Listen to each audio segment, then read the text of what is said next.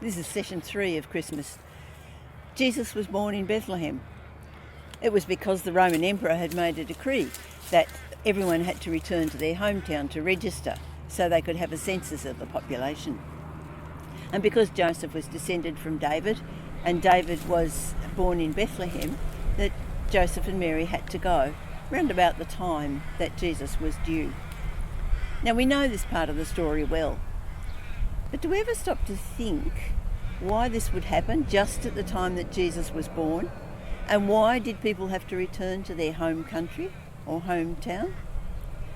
It wasn't the whim of the emperor. God chose this timing. The instruction to return to the hometown was not without God's guidance, because God wanted Jesus born in Bethlehem. Now, Bethlehem at the time was a very insignificant little town, but it was one that had been there right through their history. It's where Boaz had land, and remember the Moabitess Ruth, who came back with her mother-in-law, and Boaz married her because he was a kinsman of her husband who had died.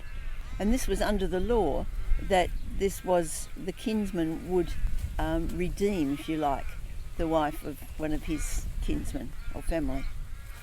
He was known as the kinsman redeemer. And this is a forefigure of the Redeemer of all people who would come from Bethlehem. More significantly, though, is the name Bethlehem. Bethlehem means house of bread. Now, bread's played a huge part in the life of God's people. While they were in the desert, God sustained their life by sending manna, and they could bake that into a sort of loaf. Then when the tabernacle was built, God gave Moses the instructions to have 12 loaves of bread on the table of presence in the tent. And these 12 loaves represented the 12 tribes of Israel, and they represented God's continual presence with them. And then, of course, in John 6 you have Jesus saying, "I am the bread of life. Whoever comes to me will never be hungry." And then the broken bread at the Passover meal, where Jesus says, "This bread is my body broken for you," the means of our forgiveness. So bread was a symbol of God's provision. It was a symbol of God's presence. It was a symbol of the life that Jesus offered, and it's a symbol of salvation. Jesus, the bread of life, was to be born in the house of bread. Bethlehem was also the place of where King David was born.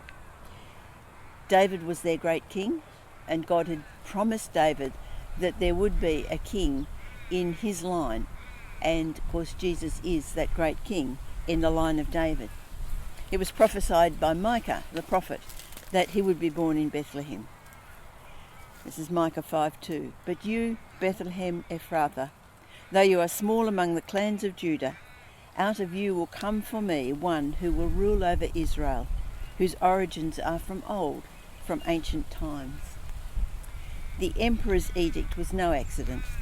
The timing was no accident.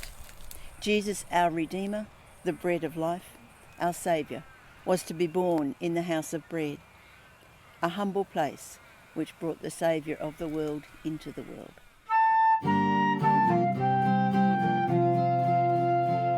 Oh, little town.